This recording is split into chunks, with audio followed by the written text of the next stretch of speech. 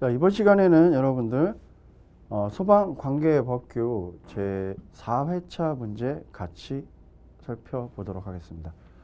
동형모의고사 실전 4회차인데요. 자, 1번부터 한번 살펴보시면요.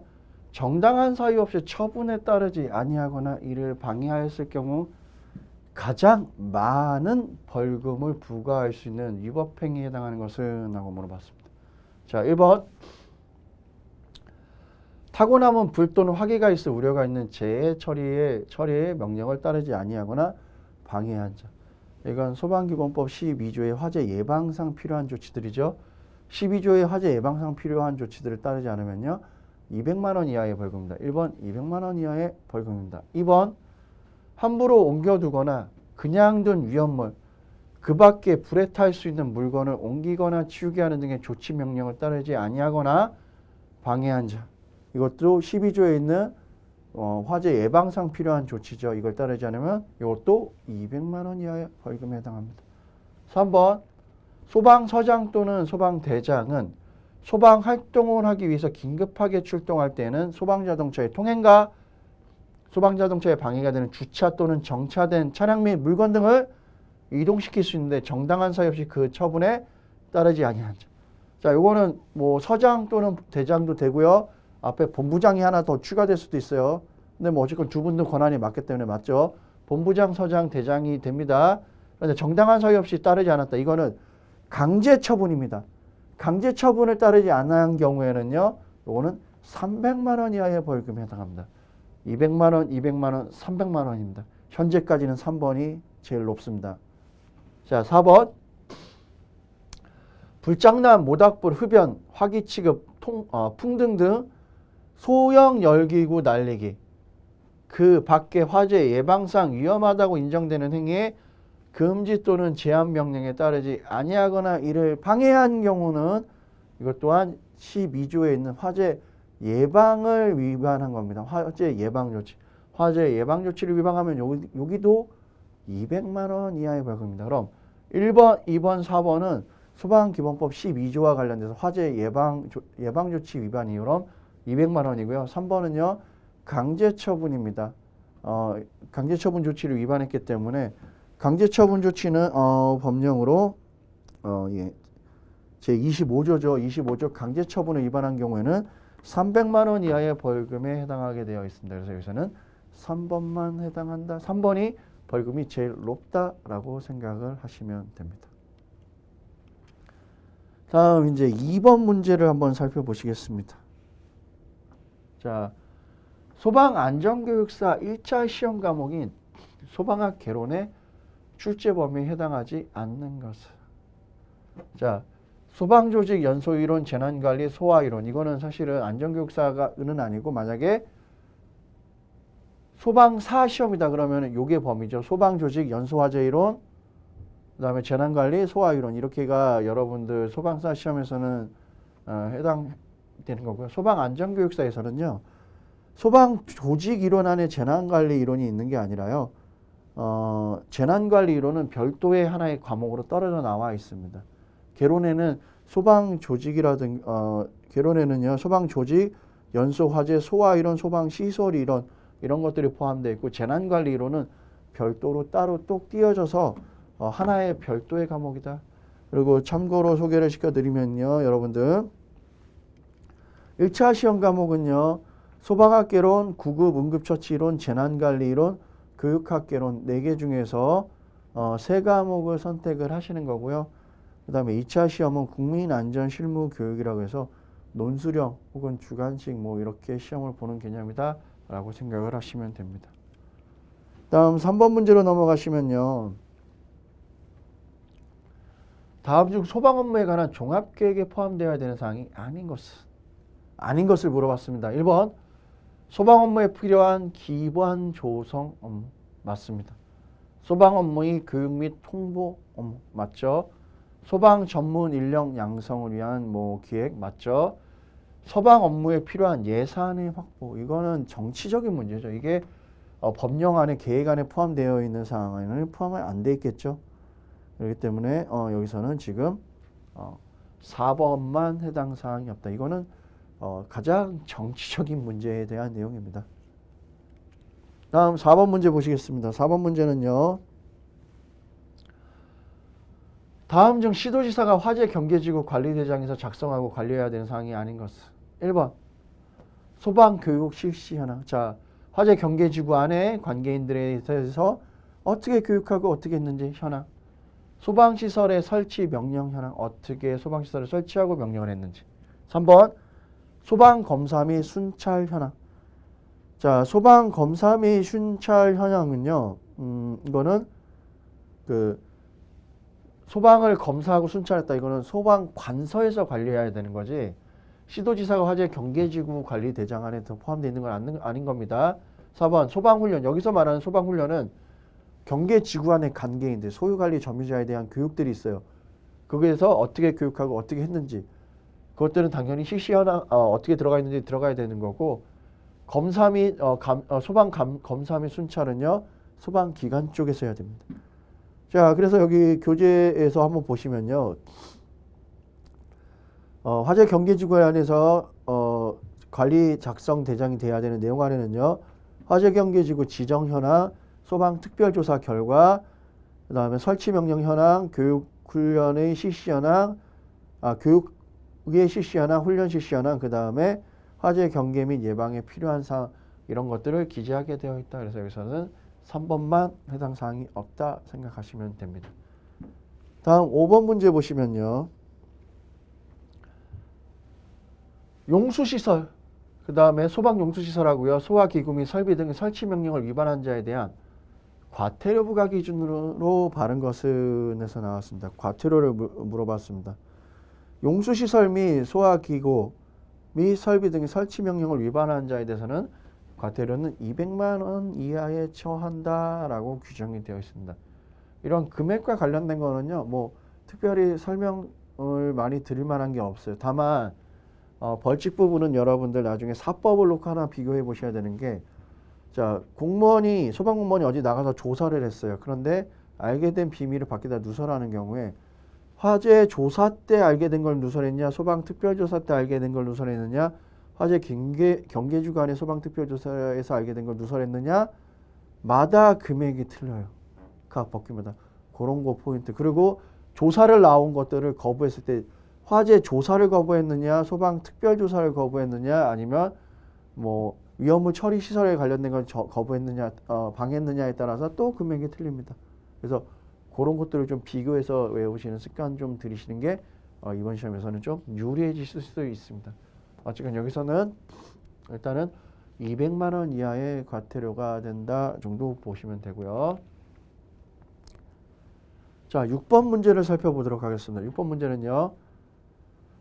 소방 대상물의 소방 특별조사 결과에 따른 조치 명령에 관한 설명으로 옳지 않은 것은. 자, 소방 특별조사라는 건 지금 앞에 아무것도 안 붙어 있어요. 그럼 청장, 본부장, 서장의 권한이. 만약에 화재 경계지구 안에 소방 특별조사다. 그럼 본부장, 서장이 됩니다. 그럼 자, 이 조사할 수 있는 권한을 가진다가요. 뒤에 조치 명령에도 권한을 다 똑같이 가져간다가 기본이 돼야 된다라는 겁니다. 자, 그리고 여러분들 권한권자도 하나 외우실 때, 자, 이 문제를 풀기 전에 권한권자도 하나 외우셔야 되는 게 들어가는 게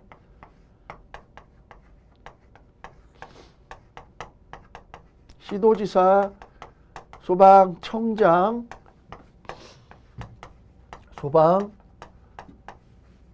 소방본부장, 소방서장, 그 다음에 소방대장. 한 요 정도가 권한권자의 대부분입니다. 자, 기본적으로 소방청장, 소방본부장, 소방서장 이렇게 세 분이 무언가를 설치 운영한다 하면 기본 권한권자 세 분이 딱 거의 근간을 이룹니다. 그리고 무언가 설치 운영한다 그러면 이렇게 세 분이고요. 그거를 지역으로 묶었다 그러면은 소방본부장 또는 소방서장이 되고요. 자, 어떤 게 현장성이 있다. 강제처분부터 피난명령, 뭐 위험시설에 대한 긴급조치에서 현장성이 있었다. 그럼 본부장, 서장, 대장 이렇게 세 분으로 엮여야 되는 게 맞습니다. 세 분이에요. 이렇게 되면. 자, 그리고 활동구역이라는 게 나옵니다. 그건 소방대장만의 고유 권한입니다. 단 소방대장은 누가 될 수 있다? 본부장, 서장 등이 된다라는 걸 기억하시면 되고요. 자, 요걸 또 써드린 이유가 자 무언가 손실보상 문제가 있다 그러면은 요 두 분이 나올 확률이 요 두 분이 나와야 되고요. 예산을 집행하고 돈을 써요. 이러면은 다 시도지사로 뺀다라는 개념을 갖고서 권한 구분을 살펴보시면 됩니다. 그럼 대부분의 권한이 여기에 다 맞게 떨어지게 되어 있다. 그거 외에 아주 특별한 거다 그러면은 이제 의용소방대 설치 운영은 특이하게 시도지사하고 소방서장이 가져간다. 이 정도 특별한 것들만 보시면 돼요. 자, 그랬을 때 자 6번 보시면요. 1번 본부장은 개수명령으로 인하여 입은 손실을 보상하는 경우에는 시가로 보상해야 된다. 자, 좀 전에도 돈 쓴다 그러면 일단 최소한 시도지사 무조건 들어가야 돼요. 그리고 돈 쓰는 데에 소방본부장이 들어가진 않습니다. 기본적인 거예요. 그래서 자, 손실보상은 기본적으로 이거는 시도지사가 하는 게 맞습니다. 그래서 개수명령으로 인한 손실보상을 했다. 그럼 시도지사가 시가로 보상해야 되는 게 맞겠죠. 자, 그 다음에 그래서 1번이 바로 틀린 거고 2번은 개수명령은 화재 예방이 화재 발생 시 인명 또는 재산 피해가 클 것으로 예상되는 경우에 하란다. 자, 3번 소방서장은요. 소방 대상물에 대한 화재 예방을 위해서 소방 대상물에 개수 등 필요한 조치를 한다. 자, 이 개수 조치 같은 경우는 좀 전에도 얘기했었습니다. 청장, 본부장, 서장이 권한이에요. 그러면 청장, 본부장, 서장이 가요. 그럼 그 세 분 권한권자 중에 한 분은 맞죠. 그렇기 때문에 맞다라는 거예요. 다음 4번 대상물의 관계인에게 개수 이전 제거 등을 명하거나 관계 행정기관의 장에게 필요한 조치를 하여 줄 것을 요청할 수 있다. 그래서 조치 명령은 이렇게 돼 있고요. 자, 돈이 들어갔습니다. 그러면은 시도지사를 찾으셔야 됩니다.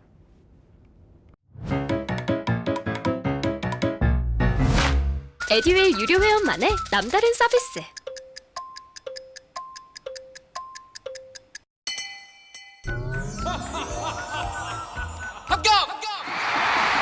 합격하고 돈도 받는 혜택. 오직 에듀윌 유료 회원에게만. 에듀윌. 무료 합격! 다음 7번 문제로 이제 넘어가시면요. 자, 다음 중 소방시설업자가 보관해야 되는 관계 서류에 해당하지 않는 것은 1번 소방시설 설계 기록부 2번 소방공사 감리 기록부 3번 소방시설 공사 기록부 4번 소방시설의 착공 당시 설계 기록부 착공이 아니고요. 완공이어야 됩니다. 완공 검사. 착공 당시가 아니라 소방시설의 완공 당시라고 해야겠구나. 예, 완공 당시 설계 도서를 갖고 있는 게 원칙입니다. 착공 당시에서 착공하고 나서 바뀌었을 수가 있기 때문에 이 설계 도서는 당연히 완공된 걸 갖고 있는 걸 기본 근간으로 한다라고 생각을 하셔야 됩니다. 그래서 여기서 답은 4번이 틀린 얘기가 되겠죠. 다음 8번 문제 살펴보겠습니다. 8번 문제는요. 공동소방안전관리자를 안전관리를 해야 하는 특정 소방대상물로서 화재예방, 소방시설 설치 유지 안전관리에 관한 법률상 고층 건물의 범죄에 해당하는 것은 무엇이냐. 자, 화재예방, 소방시설 설치 유지 안전관리에 관한 법률에서는요. 기본적으로 지하층을 제외한 층수가 지상으로부터 11층 이상 건축물을 고층 건물로 잡습니다. 그렇기 때문에 여기서는 지금 답은 2번이 되죠. 지하층을 제외한 층수가 11층 이상인 건축물. 건축물의 높이가 25m, 30m는요. 자, 보통은 우리가 한 층을 4m 정도로 잡습니다. 25m, 30m다 그러면은 층을 나누면은 대충 7층만 이렇게밖에 안 돼요. 낮은 건물이에요. 25m다 그러면 대략 한 6층 건물 정도밖에 안 되고요. 자, 1번에 지하층을 제외한 층수가 7층 이상인 건축물은 고층 건물 안에 해당할 수가 없겠죠. 그리고 우리가 아셔야 되는 것도 이제 초건축 건축물이라고 하면은 30층 이상 120m 이상 정도가 돼야 된다라는 개념 하나 알고 가시면 좋습니다.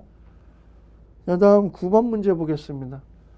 자, 소방시설 관리업자의 지휘승계를 한 자는 누구에게 신고하느냐. 자, 소방시설 공사업을 관리업을 하게 되잖아요. 그럼 이거는 누구한테 신고하느냐.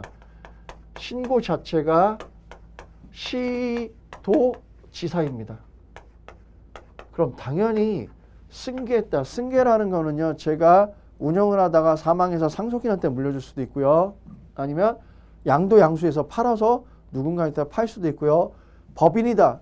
그럼 법인 같은 경우에는 그 합병이든 뭐든 간에 존속해서 그 권한을 승계한 법인이 승계권자가 되죠. 그리고 뭐 경매에 의했다. 아니면은 압류재산에 의한 매각이라든가 환가에 의했다. 그런 경우에는 전부 인수한 사람이 승계자가 되고요. 이 승계자는 당연히 시도지사. 최초 신고자인 시도지사한테 승계자도 신청하는 게 기본 원칙이다라고 생각을 하시면 됩니다. 그래서 9번에서는요. 1번이 답이 되고요. 그리고 여러분들 이 법규 시험에서 주목하셔야 되는 거는 자, 이거는 여기 시도지사는 광역이에요. 시장 군수는요. 기초자치단체입니다. 사실 소방은 기초자치단체가 소방관계법규에서는 거의 나올 데가 없고요. 그나마 나오는 데는 소방학개론에서 시군구 통제단장 할 때만 시장 군수 구청장 정도가 나오지, 그 외에는 시장 군수 구청장이 소방학 개론이든 소방관계 법규이든 간에 이렇게 특별히 나올 만한 소지가 없다라는 거 하나 기억하시고요. 여기서는 시도지사이다라고 기억을 하시면 됩니다. 자, 다음은 이제 10번 문제 이어서 살펴보도록 하겠습니다. 10번 문제는요. 자, 화재 등 재난 발생 시 사회적 경제적으로 피해가 큰 소방 안전 특별 관리 대상물에 해당하지 않는 것은 자, 1번 항만시설, 2번 공업시설, 3번 수용인원 1000명 이상인 영화관, 4번 대통령령으로 정하는 전통시장. 자, 특별관리 대상에 포함되지 않는 것은 여기서는 지금 공업단지가 해당이 되겠죠. 자, 기본적으로 이 소방특별안전관리시설물은요. 첫 번째가 공항시설, 두 번째가 철도시설, 세 번째가 철도도시시설, 항만시설입니다. 그 다음에 지정문화재인 시설, 산업기술단지, 산업단지, 초고층 건축물 및 지하연계, 복합건축물, 수용인원 1000명 이상의 영화관, 전력 및 통신용 지하구, 그 다음에 석유비축시설, 천연가스 인수기지 및 공구망, 그 외에 대통령령으로 정하는 전통시설이나 대통령령으로 정하는 시설물입니다. 이 안에 포함 안 되는 건 공업단지만 포함되지 않는다 정도로 기억을 해 주시면 됩니다. 자, 다음 11번 보시면요.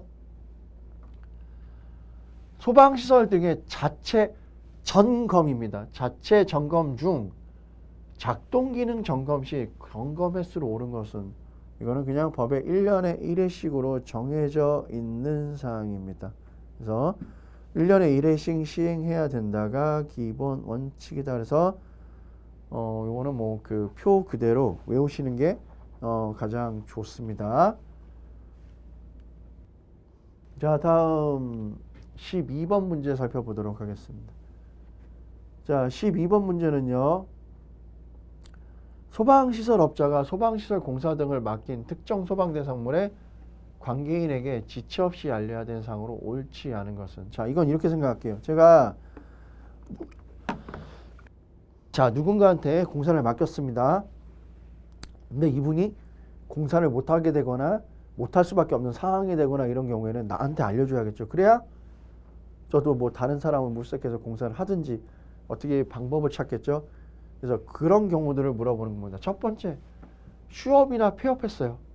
이것도 당연히 알려줘야 되는 겁니다.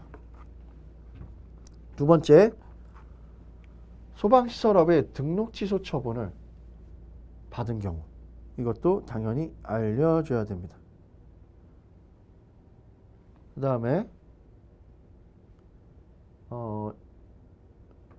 세 번째, 소방시설업자의 지위를 양도한 경우. 자, 양도라는 거는 사고 팔았어요. 그런데 양도돼서 최종적으로 결정이 나려면은 승계가 돼야 돼요. 승계가 안 됐으면 최종적으로 소방시설업자로 아직 인정이 안 된 거예요. 이 얘기는 무슨 얘기냐? 제가 자, 소방시설 공사를 받아서 하고 있어요. 근데 이 사람한테 팔려고 마음 먹었어요. 이거는 양도예요. 그래서 양도는 했다 하더라도 법적으로 최종적으로 양수인이 저 이거 승계 받았습니다라고 시도지사한테 신고가 되기 전까지는요, 승계가 된 걸로 보지 않습니다. 그렇기 때문에 양도한 경우가 아니라요, 소방시설업자의 지위를 승계한 경우가 신고의 대상이 돼야 된다라는 개념입니다. 4번, 소방시설업의 영업정지 처분을 받은 경우. 영업정지 처분 받으면은 제가 더 이상 공사를 못해요. 그럼 관계인한테 알려줘야겠죠. 그래서 업체를 바꾸든지 사람을 가든지 아니면은 영업정지 기간 동안 기다려줄 건지 결정을 해야 되고요. 등록 취소나 휴업이나 폐업했다 그러면 바꿔야 됩니다. 그렇기 때문에 당연히 알려주는 거고, 이거는 뭐 양도한 경우, 이거 얼핏 들으면 맞을 수 있는데요. 양도라는 건 내가 팔겠다라고 마음 먹고 일단 우리 둘 간의 거래예요. 근데 이게 법률적인 효력이 발생하려면요, 시도지사한테 신고를 해야 돼요. 그래서 지위 승계가 돼야 됩니다. 그래서 승계 신고를 하고 지위 승계가 끝나면은 알려주면 되는 겁니다. 예. 다음 13번 문제를 보시면요. 성능 위주 설계입니다. 성능 위주 설계에 할 때 고려 대상 6가지가 나와요. 그건 무조건 외우셔야 됩니다. 특정 성능 위주 설계에서 특정 소방 대상물에 대해서 고려해야 되는 사항으로 옳지 않은 것은 하고 물어봤습니다. 자, 고려 대상은 일단 첫 번째가 용도죠. 두 번째가 위치, 세 번째가 구조, 세 번째가 수용 인원, 네 번째가 가연물의 종류, 다섯 번째가 가연물의 양. 이것들을 고려해야 된다가 왔습니다. 용도, 위치, 구조, 수용 인원, 가연물의 종류하고 가연물의 양입니다. 자, 1번 가연물의 품질. 양하고 종류죠. 품질은 해당 사항이 없습니다. 그래서 1번이 바로 틀린 얘기가 되고요. 2번 수용 인원, 3번 특정 소방 대상물의 구조. 자, 그 다음에 가연물의 종류는 성능 위주 고려 사항입니다. 그래서 성능 위주 설계 시 고려 사항, 이거는 정확하게 암기하시기 바랍니다. 그리고 이거 암기하실 때 여러분이 꼭 기억하셔야 되는 것, 또 성능 위주 설계와 맞닿아 있는 내진 설계 기준도 같이 암기하셔야 됩니다. 내진 설계 기준은 정 못 외우시겠으면 제가 단순하게 얘기했었습니다. 소화 약재 같은 것들이 발포되는 것들, 뭐 스프링클러라든가 용수 설비라든가 뭐 아니면은 가스계 소화 설비라든가 이렇게 발포되는 것들, 이런 것들이 내진 설계 기준 안에 포함되어 있다라고 기억을 하시면 됩니다. 다음 14번 문제 볼게요. 14번 문제는 소방시설 공사법 문제죠. 일반 소방시설 감리업이 설계할 수 있는 영업 범위 중에서 기계 분야만 놓고 봤습니다. 대상물로 옳지 않은 것은 1번 연면적 10,000제곱미터 이상의 공장이 설치되는 기계 분야 소방시설의 감리. 자, 이거는 10,000제곱미터 이상이 아니고요. 10,000제곱미터 미만의 공장입니다. 그래서 여기서는 1번이 틀린 거고요. 2번 연면적 30,000제곱미터 미만의 특정 소방 대상물에 설치되는 기계 분야 소방시설의 감리. 3번 아파트에 설치되는 기계 분야 소방시설의 감리. 4번 위험물 제조소 등에 설치되는 기계 분야 소방시설의 감리. 이거는 2번부터 4번까지는요. 일반 소방감리업자가 할 수 있는 범위인데, 1번은 10,000제곱미터 이상이다. 그러면은 연면적이 10,000제곱미터 이상의 공장이다. 그러면 이거는 일반이 아니라 상주공사감리업자가 설계할 수 있는 것들이죠. 그래서 여기서는 지금 1번이 틀린 얘기입니다.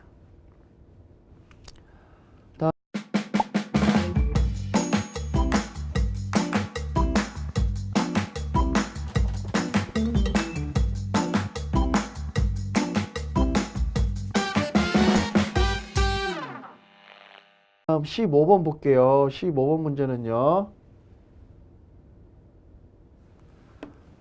완공검사를 위한 현장 확인 대상이 나옵니다. 완공검사를 위한 현장 확인 대상 특정 소방 대상물의 범위를 옳지 않은 것은 이건 무슨 뜻이냐면 자 완공검사를 하기 위해서는 소방서의 동의가 필요합니다. 그런데 일반 보통 감리자가 있으면요 소방서의 동의가 없어도 완공검사가 가능해요.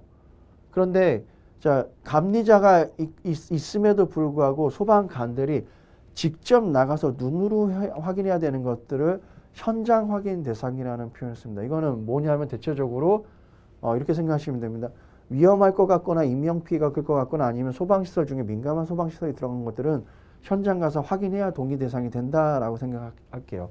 자, 그래서 완공검사를 위한 현장 확인 대상 특정 소방 대상물의 범위를 옳지 않은 것은 해서 1번 지하상가 및 다중이용 없어. 기본적으로 사람 많습니다. 2번 호스 릴 방식의 물 분무 소화 설비가 설치되는 특정 소방 대상물. 물 분무 등 소화 설비가 설치되는 특정 소방 대상물은요.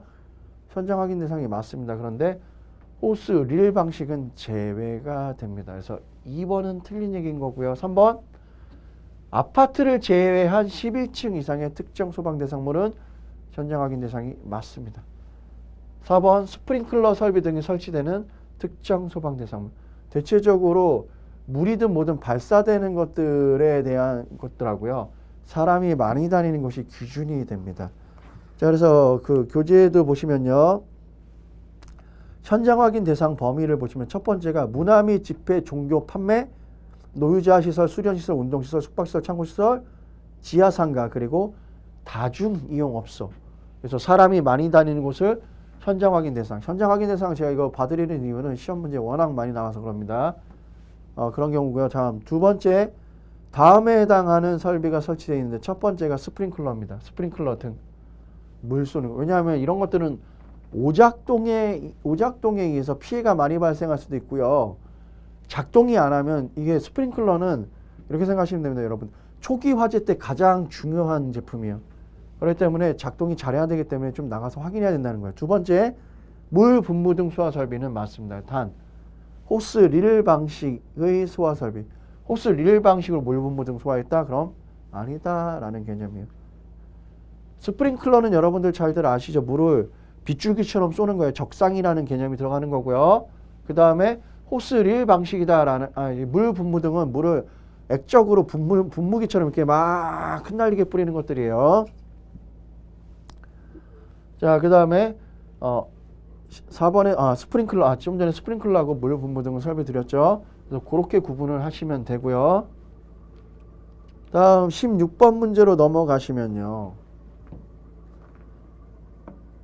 위험물을 취급함에 있어 반드시 가장 많은 벌금이 될 수 있는 조항은 무엇이냐라고 물어봤습니다. 1번 위험물의 저장 또는 취급에 관한 중요 기준에 따르지 않는 경우는요 1,500만 원입니다. 2번 위험물의 취급에 관한 안전관리자와 감독을 하지 않은 경우에는 1,000만 원이 됩니다. 3번 안전관리자 또는 그 대리자가 참여하지 않은 상태에서 위험물을 취급한 경우도 1,000만 원이 됩니다. 4번 관계인이 정당한 업무를 방해하거나 출입검사 등을 수행하면서 알게 된 비밀을 누설한 경우. 자, 이것도 지금 1,000만 원 이하의 벌금에 해당합니다.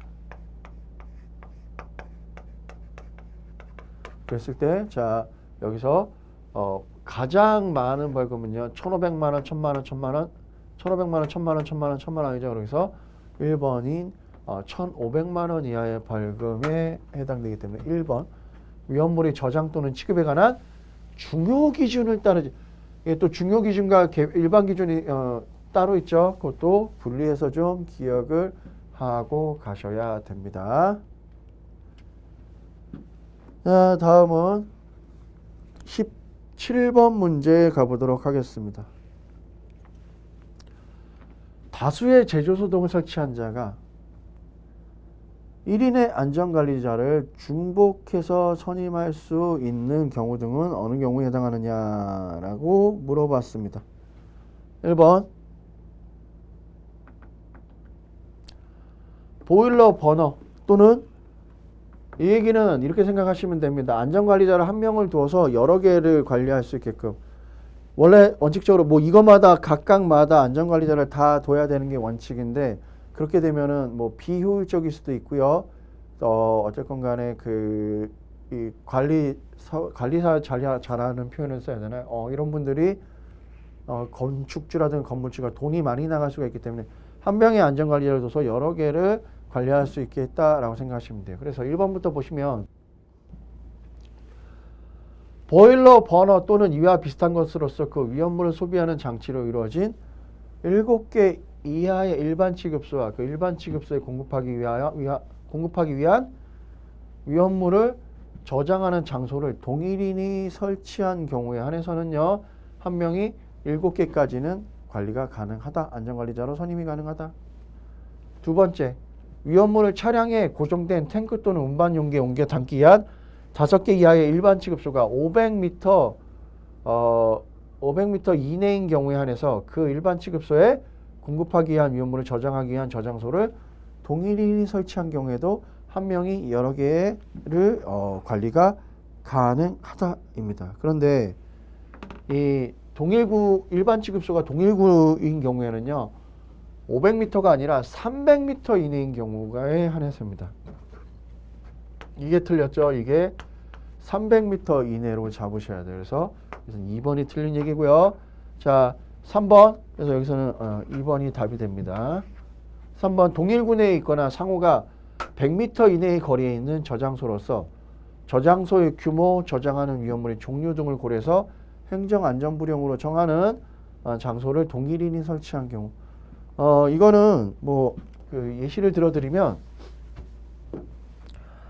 동일구 내에 예컨대 이런 위험물 저장 시설이 있으면 이 위험물 저장 시설이 거리가 100m 이내이고 이게 A라는 사람이 두 개를 갖고 있고 100m 이내의 거리다. 그리고 동일구다. 그러면은 한 사람을 고용해서 여기도 관리하게 할 수 있다라고 생각하시면 돼요. 100m는 여러분들 우리가 그 통상 성인 남자가 걸어갔을 때, 그러니까 성인이 걸었을 때 1분에 100m를 걷는다라고 생각을 하시면 돼요. 그렇기 때문에 100m는 1분 거리다 정도, 뭐 길어야 2, 3분 거리, 짧게 그렇게 보기 때문에 한 명이 관리할 수 있게끔 본다라는 겁니다. 다음 4번. 기준에 적합한 5개 이하의 제조소 등을 동일인이 설치한 경우 제조소 등이 동일구 내에 위치하거나 상호 100m 이내의 거리에 있는 경우에 한해서는요. 한 명이 여러 개의 제조소 등이나 저장소 등을 관리하게 할 수 있다 정도로 생각을 하시면 됩니다. 다음 18번 문제를 보겠습니다. 18번 문제는요. 기본적으로 제조소 등에서 위험물을 유출, 방출 또는 확산시켜 사람을 상해에 이르게 한 자에 대한 벌칙 규정으로 옳은 것은 물어봤습니다. 자, 이거를 보시려면요. 자, 법이 어떻게 규정이 되냐면요. 제조소 등에서 위험물을 유출, 방출 또는 확산시켰다. 그럼 1년 이상의 징역 또는 10년 이하의 징역 이렇게 규정이 되어 있습니다. 그런데 그걸로 인해서 사람이 상해에 이르렀다. 그러면은 상해에 이른 경우에 한해서는요. 무기 또는 3년 이상의 징역이고요. 사망에 이르렀다. 그러면은 무기 또는 5년의 이상. 즉 유출시켰다 그럼 1년에서 10년이고요. 이걸로 상해를 입었다 그러면 무기 또는 3년, 사망했다 그러면 무기 또는 5년 이하의 징역에 처하게 되어 있다. 라고 해서 법을 한꺼번에 같이 좀 기억하셔야 되는 사항이다 라고 생각하시면 됩니다. 다음 19번 문제로 가시면요. 위험시설의 변경 등에 관한 설명으로 옳지 않은 것은 하고 물어봤습니다. 자, 1번부터 보시면요. 제조소 등에서 위험물의 지정 수량의 배수 등을 변경하고자 하는 자는 변경하고자 하는 날에 3일 전이 아니라요. 하루 전입니다. 배수 변경은 하루 전까지만 하시면 돼요. 하루 전까지 시도지사에게 신고하면 됩니다. 신고 기간들 중에서 가장 짧은 게 배수 변경입니다. 1일입니다. 1일. 2번 탱크 성능 안전검사에 필요한 사항은 대통령령으로 한다. 3번 제조소 등의 설치 허가를 마쳤을 때에는 시도지사의 완공검사를 받아야 돼. 자, 설치 허가 했으면 사용하려면은 자, 완공검사 받아야 되는 거 기본 원칙입니다. 4번 제조소 등의 용도 폐지 신고 기간은 14일이다. 여러분들 요 14일 때문에 많이들 헷갈려 하시는데요. 폐지하면 14일이 맞는데요. 뭐 누군가를 선임했다, 안전관리자 같은 경우를 선임했다 그러면은 30일이고요. 신고가 14일입니다. 그런데 안전관리자를 해임했다. 해임 신고라는 건 없습니다. 우리나라 해임 신고는 없고 용도 같은 경우를 폐지했다 그럼 폐지 신고 기간이 14일이 있는 겁니다. 특히 여기서 여러분들 많이 헷갈려 하시는데 해임 신고는 없고 폐지 신고만 있고요. 그리고 이 문제에서도 포인트는요. 변경하고자 하는 날 이거 1일은 여러분들이 사법 공부하면서 가장 짧은 거고요. 필요한 성능 검사는 대통령령으로 정하게 되어 있다가 가장 기본 원칙이다 정도만 생각을 하시면 됩니다. 자, 다음 20번 문제는요. 간이 탱크 문제가 나왔습니다. 자, 간이 저장 탱크 설치에 관한 설명으로 옳지 않은 것은 하고 물어봤습니다. 자, 1번부터 볼게요. 1번은 5개의 설치 시 탱크 주위의 너비는 1m 이상의 공간을 확보해야 된다. 2번 5개의 설치 시 전용실 안에 설치하는 경우에는 탱크와 전용실의 벽과의 사이는 0.5m 50cm 이상의 간격을 유지해야 한다. 3번 간이 저장 탱크의 용량은요 500리터 이하로 해야 된다. 500리터가 아니고요 600리터 이하로 해야 된다가 기본 원칙입니다. 이거는